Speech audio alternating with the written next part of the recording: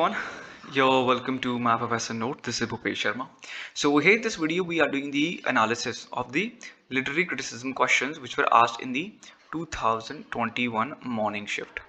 Okay, because as it becomes important to give you a blueprint for your upcoming session. If you do analysis of these questions, from where you will get exact idea that what type of questions will be asked in the next session. So because your topics and concept will be same.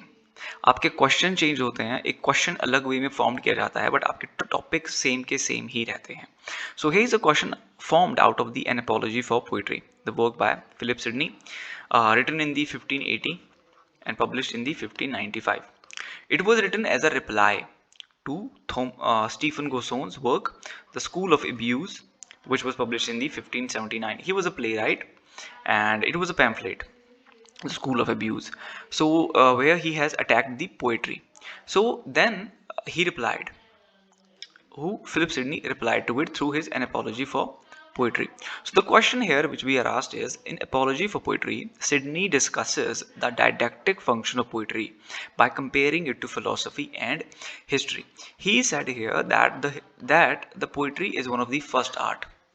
This is a first art, and earlier the history and philosophy was also written in the form of poetry at the very beginning, as in the case of your Plato, right? And the second thing, poetry arouses the virtue in its readers, and this is how he defended the poetry here. So C is the correct answer you have here. And beside this, if we know more about this work, so here he has stated the three kinds of poetry कि तीन तरह की poetries होती हैं, religious, philosophical and imaginative. This is an important point, so make sure you remember it. Beside this, he said that the purpose of poetry is to teach and delight, that none of both these things do. They merely teach you, but does not give you the feeling of delight, right, which poetry does. And one of the famous quote which we have here is, the poetry is the companion of camps. Okay, so make sure you remember these details. Let's come to the second question now. According to Longinus, which two of the following qualities applied to great poetry? So what is a great poetry?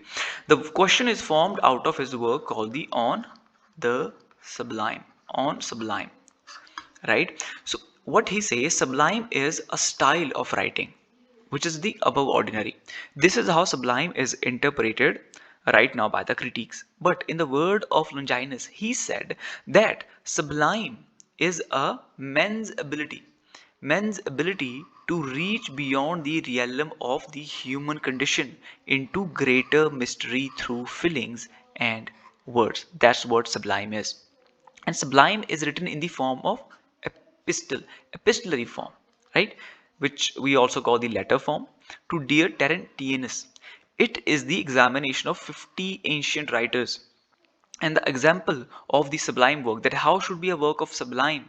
It should be like the Ode to Jealousy, which is written by Sappho, a Greek poetess, a woman poet. So this is a great thing that he has given the example of the woman poet, because it is not about discrimination all the time. The men are not same all the time. It depends on what sort of education you have, right? There are a lot of people we have said, a lot of men we have said they have great education, but still they defame women, just because of their ability, right? And that is because of the ideology only. When belief system comes in, education does not work there, because it really squeeze that mind, which can come out with the creative ideas. But education एक ऐसी चीज़ है जो I think आपको वहाँ से भी ऊपर निकाल सकती है, बट आपको थोड़ा रिफ्लेक्ट करना पड़ता है, थोड़ा कंटेम्पलेट करना पड़ता है, चीज़ों को अच्छे से सोचना पड़ता है. Okay, well, so he defined it as a sublime mode. This is a sublime mode, that this is how should be a work written if you want to make it sublime. It should be like Ode to Jealousy. This is the example given by Longinus in this work. Okay, so then we have the writers who were influenced by it, right? Which is your John Dryden and Alexander Pope. There was an influence of this work on them, and as well as in the Romantic age, we have seen it. Immanuel Kant, the critique of judgment, that the work is also influenced by it, right? So your Kant is very important, right? Kant. He is also a critique, so make sure you read about it. Okay, so here he has given the 5 sources from where the question is being formed. That to write a sublime work, there should be a great thought, right? Strong emotions, certain figures of thoughts and speech, noble diction, dignified word arrangement. So after knowing all this, let's know what was the question is and how could you have answered it after knowing all these details. It must be, according to Longinus, which two of the following qualities apply to greater poetry? It must be a work of genius. Yes, he said that. It must cause a feeling of melancholy. No. It must employ a device of rhetoric. Yes. Means कहते हैं ना कि क्या कह सकते हैं rhetoric को बड़ा ही अलंकृत एक भाषा में लिखा जाता है जिसे it must please subjectively and on special occasion. No, he didn't say that. So A and C are the right options we have. So I hope you know that what sublime is: ability to write, which is the above the ordinary, or men's ability in the word of Longinus, which reach beyond the realm of human condition into the greater mystery. Okay, and another thing which he has said here, Longinus says the sublime leads the listeners not to persuasion but to ecstasy. Another kind of feeling it gives them, which makes them feel exciting, right? Because there is a creativity in the language. Okay, now we have the third question here, which is the in the function of criticism, T.S. Eliot attacked J. Middleton Murray and similar critiques for being devotees of what he called. So, functional criticism is a work published in the 1923, which is similar to his uh, earlier work, which he has published in the 1919, which is your Tradition and Individual Talent 1919. So, your Murray has challenged the ideas that Eliot has proposed in this work in 1919 work. So, Murray challenged them in his work Romanticism and Tradition, and then T.S. Eliot came with a reply in this work, The Function of Criticism. So, you can also write it that which of the following work is as a reply to Murray's attack, which he did in his Romanticism and Tradition to his work Tradition and Individual Talent in 1919. So what he says here, let's look at the question. In the function of criticism, T.S. Eliot attacked J. Middleton Murray and similar critique for being devotees of what he called the inner voice. Okay, so we know that our T.S. Eliot, he came with the theory of the impersonality, that the poet should not get mingled with the feelings. The poet should work only as a medium to take the message to its readers only. So Murray attacked here that a poet should be true to their self, right? He attacked him there on this point of the inner voice. So that is the right option you have here. And beside this inner voice is also called as a vigilary, right? It is all called the vigilary, which is influenced by the your Whig party, which is the British political party. It is influenced by this term. So you can be asked that what is the alternate name for the inner voice? It is the vigilary. Okay. Beside this, what we need to know from this work is that it is divided into the 4 parts. So first part deals with Eliot's view on critique and critical work of art. Second one is on the romanticism and classicism and Eliot's contradiction with it, which is completely on the Murray's view, who has attacked the work of T.S. Eliot, the Tradition and Individual Talent. Okay, then we have the third part deals with Eliot's criticism of Murray. Then fourth one is the deals with the relation of criticism and the creative work of art. So these are the other important things that you need to remember. So the other question we have here is which is our fifth question. Who among the following compared the mind in creation to a fading coal? So this question is formed out of the Percy Bysshe Shelley's work Defense of Poetry, written in the 1820, published posthumously in 1840. It was edited by John Hunt. These are the other important details that you need to know. So this question is formed out of this work, so make sure you read this work. यही मैं आप लोगों को चीज कहना चाहता हूं कि जहां से क्वेश्चन फॉर्म किया गया है, the mind in creation to a feeding coal, एक क्वेश्चन फॉर्म किया गया है कहां से? Defence of poetry.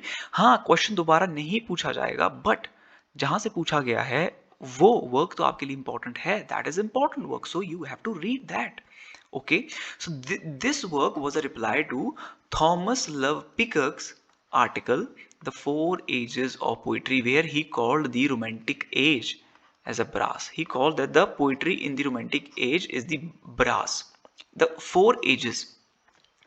The first one is the Iron Age, which is related to the chivalric age when we have our Chaucer. Second one is the Golden Age. Golden Age, which is the age of the Shakespeare. Then we have, third we have is the Silver Age, the age of the Dryden, right? The fourth age of the Romantic period, which is the brass.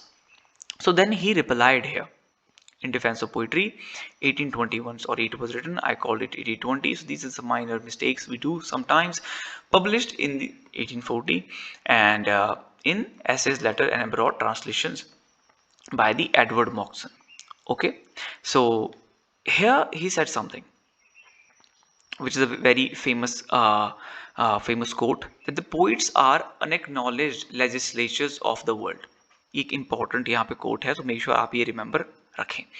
So what he says by feeding coal, that you cannot say that you can create or compose a poetry anytime. No, it is like an inspiration. It is like a wind which can comes anytime. So you cannot be sure about it, that when it is going to happen to you. He says a man cannot say I will compose poetry. The greatest poet even cannot say it, for the mind in creation is as fading coal, which some invisible influence like an inconstant wind awakens to transitory brightness. The power arises from within, like color of a flower which fades and changes as it is developed. So जिस तरह से एक flower में उसका colour आता है, उसी तरह से आपको इंस्पिरेशन आती है पोइट्री को लिखने की. If you will ever ask any lyricist, किसी भी, अगर आप राइटर को पूछेंगे, किसी लिरिसिस्ट को पूछेंगे, किसी भी पोइट को पूछेंगे, तो आपको यही कहेंगे कि एक इंस्पिरेशन मिलता है किसी पीस ऑफ आर्ट को देख के. अगर आप इस तरह से बैठेंगे कि that I want to write something, you will be just writing about the collected data which is stored in your mind. कुछ क्रिएटिव उसमें नहीं होगा. Alright, so this is what he has said here. Okay, very soon I'll be uploading this whole solution of both of these shifts, the complete question paper on my website myprofessornote.com, so you can go there. And beside this, I have updated the crash course study material according to the latest pattern, so you can get access to it. You can simply just contact me on the number, and I'll be providing you the crash course study material. Here I will share the details with you. Another question which we have here is, which two of the following conform to liberal humanist thought? So liberal humanist criticism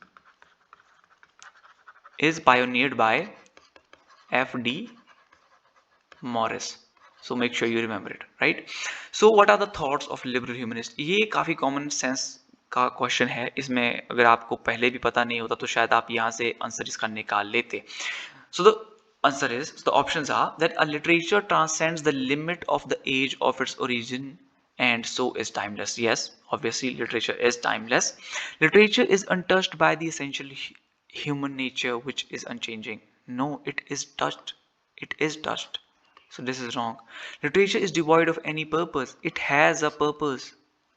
Identity is a unique essence, unaffected by environment and society. Yes. Right, so here we have these two options which are correct. The question we have here is the essay Lear and Tolstoy. Who has written this? It is written by the George Orwell. So it was written in the magazine called the Polemic. It is the British magazine for philosophy, psychology and aesthetics. Here Orwell has analyzes the Tolstoy's criticism of Shakespeare. According to him, Tolstoy, Shakespeare was not a true artist. He was a bad dramatist.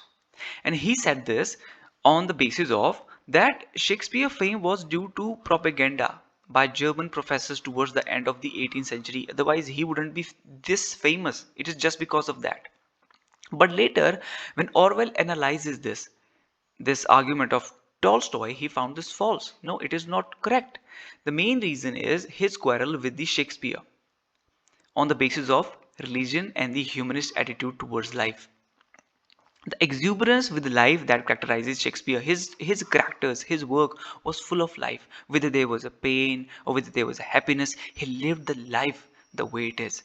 And because of that, there was anger, anguish in Tolstoy, who preached the austerity and whose main aim in his last year was to narrow the range of the human conscience. There was a difference between the perspective of Shakespeare and Tolstoy, because Shakespeare is considered as a greatest soul, and Tolstoy was unable to reach to that to that level, and it is because of that only that he came up with this argument, which was a false, which is written by the Orwell in this essay.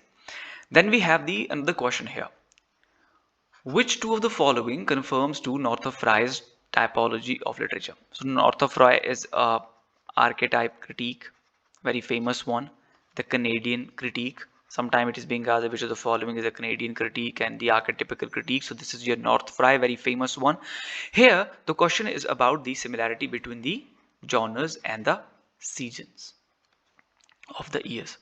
And this question is formed out of his work called The Anatomy of Criticism, where he has written the 4 essays, work published in the 1957.